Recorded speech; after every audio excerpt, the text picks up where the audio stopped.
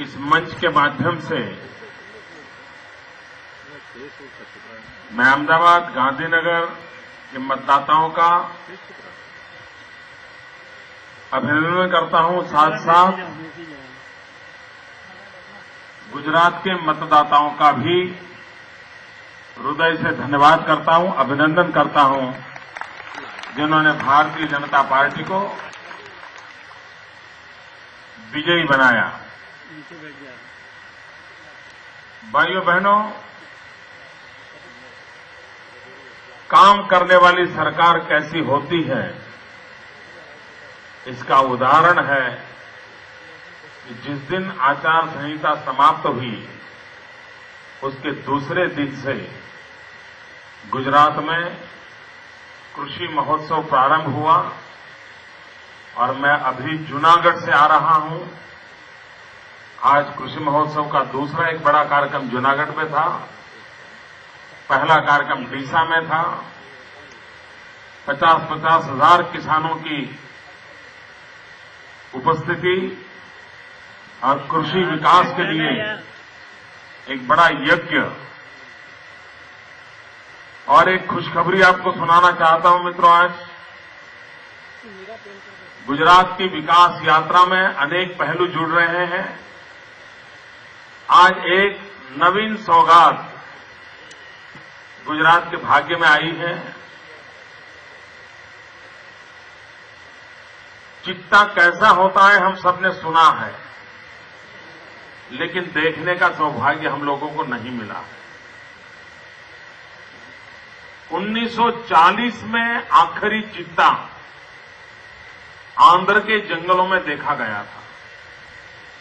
उसके बाद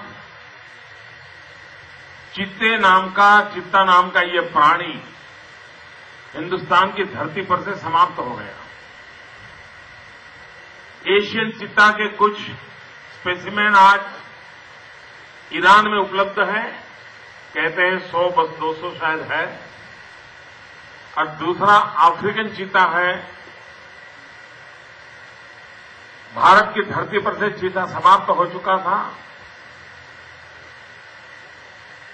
मेरी कोशिश थी कि हम कुछ करें उस दिशा में। हमने पहले प्रयास किया कि ईरान से हमें कोई चीता मिले, लेकिन उसमें हमें सफलता नहीं मिली क्योंकि उनके पास बहुत कम संख्या में है। उसके बाद हमने अफ्रीकन चीते के लिए प्रयास किया और वाया सिंगापुर हमें 4 चीता मिले, 2 मेल 2 फीमेल। और आज जूनागढ़ के सक्करबाग प्राणी संग्रहालय में मैं उसका लोकार्पण करके आया। मित्रों, हिंदुस्तान में गुजरात अकेला जूनागढ़ का जू है जहां अब देश की जनता को चीता देखना होगा तो देखने को मिलेगा। हिंदुस्तान में कहीं पर नहीं है। मेरे हिसाब से ये अपने आप में एक बहुत बड़ी घटना है और आज जूनागढ़ में उसका लोकार्पण हुआ। ये खुशखबरी आप सबके बीच बांटना मुझे अच्छा लगा, इसलिए मैंने उसका उल्लेख किया है। मित्र, इस चुनाव में शायद ये पहला चुनाव ऐसा है कि जिसमें मैं कम से कम समय गुजरात में रहा। पहले जितने कार्यक्रम करता था, लोगों के बीच जाता था, उसकी तुलना में आधे भी नहीं कर पाया। मेरी अनुपस्थिति के बावजूद भी, मेरे गुजरात में न रहने के बावजूद भी आप सब लोगों ने इस काम को जो उठा लिया और 2004 से भी अच्छा विजय दिलाया, इसलिए मैं विशेष रूप से आपका और गुजरात की जनता का आभारी हूं। और मेरे लिए सबसे बड़े संतोष की बात है कि मैं स्वयं बाहर रहा, उसके बावजूद भी सुशासन के लिए, सुराज्य के लिए गुजरात की जनता ने भारतीय जनता पार्टी को साथ दिया, भारतीय जनता पार्टी का स्वागत किया। मित्रों, व्यक्तिगत रूप से मैं आज एक बात बताना चाहता हूं। आमतौर पर मुझे व्यक्तिगत बात बताने का कोई आवश्यक नहीं लगता है। मुझे एक बात का आनंद हो रहा है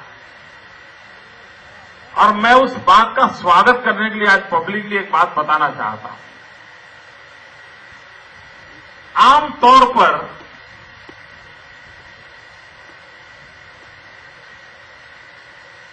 चुनाव के अंदर यश और अपयश की चर्चा होती है। जिसको अपयश मिलता है उसकी आलोचना होती है और लोकतंत्र में ये योग्य भी है, आवश्यक भी है। लेकिन मैं मेरे लिए व्यक्तिगत रूप से नरेंद्र मोदी के लिए एक गौरवपूर्ण अनुभव मुझे हो रहा है। मैं एक ऐसा व्यक्ति के रूप में मैं अनुभव करता हूं कि मेरी आलोचना यश और अपयश के तराजू से नहीं हो रही है। मेरी आलोचना अपेक्षाओं के संदर्भ में हो रही है।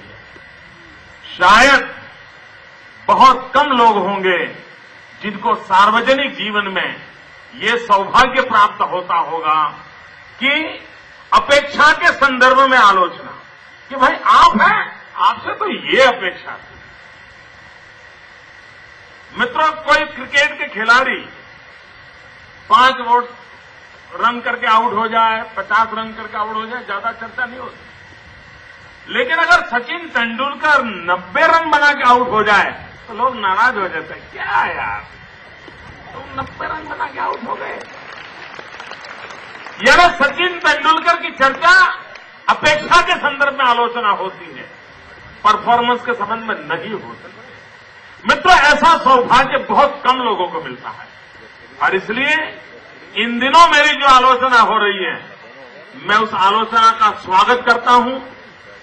मैं आलोचना करने वाले सभी मित्रों का अभिनंदन करता हूं और मैं उनको विश्वास दिलाता हूं कि आप मुझसे जो अपेक्षाएं कर रहे हैं, जनता जनार्दन के आशीर्वाद भारतीय जनता पार्टी को भविष्य में विजयी बनाने के लिए आपकी जो आलोचना है उसको भी अवसर में पलट करके विजय श्री के रास्ते पर हम चल देंगे, विजय प्राप्त करके रहेंगे।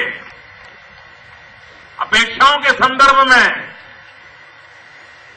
उससे भी ऊंची उड़ान भर करके यही लोग, यही ताकत, यही विचार, यही रास्ता, यही आदर्श हम चल पड़ेंगे, विजय श्री को प्राप्त करके रहेंगे।